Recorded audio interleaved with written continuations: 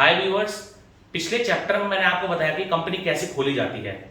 ये आज second chapter है जिसमें मैं आपको बताऊंगा कि जीएसटी कैसे लिया जाता है और जीएसटी के क्या इंपॉर्टेंस है इंपोर्ट एक्सपोर्ट में और इसे आगे कैसे यूज करा जाता है।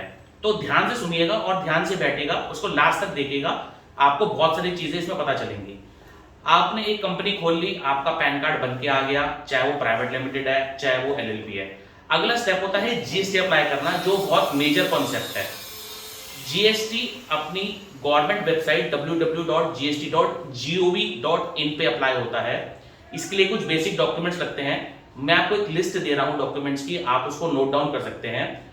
अलग अलग मॉडल में, जैसे मैंने बताया था कि कंपनी के अलग अलग मॉडल हैं, तो उसके हिसाब से डॉक्यूमेंट्स लगते हैं। बेसिक लिस्ट ये है कि अगर आप प्रोप्राइटर हैं या कंपनी के डायरेक्टर हैं तो बेसिक केवाईसी यानी कि आपका आधार कार्ड पैन कार्ड तो हर एक में लगेगा।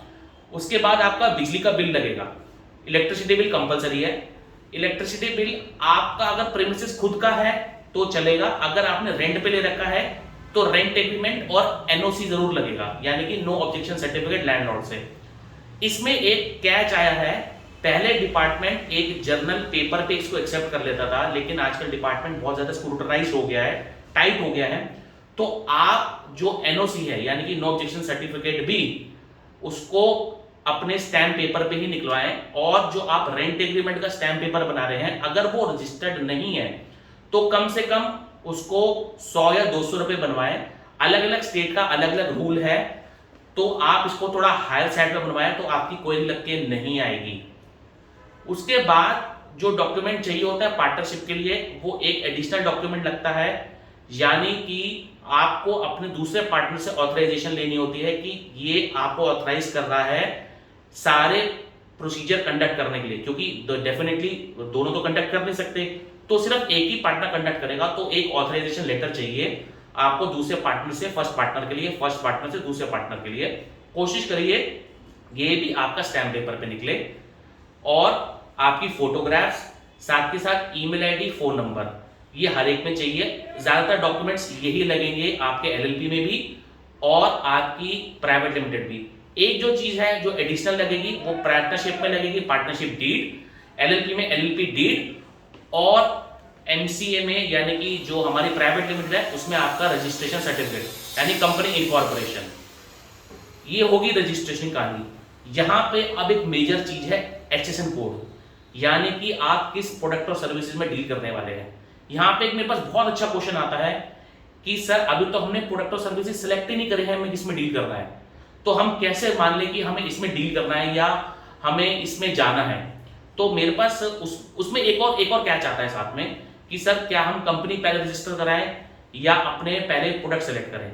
ये दोनों साइमल्टेनियस क्वेश्चंस हैं, मतलब यहाँ पे कंफ्यूजन रहती है हमेशा कि हम क्या काम करें। तो मेरा इसके अंदर आंसर ये रहेगा कि आप अपने प्रोडक्ट सेलेक्ट करें, साइमल्टेनियसली अपनी कंपनी का प्रोसीजर भी ऑन करें, क्योंकि कोई भी कंपनी रजिस्टर करने में और जीएसटी लाने में कम से कम 1 महीने के आसपास लग जाता है।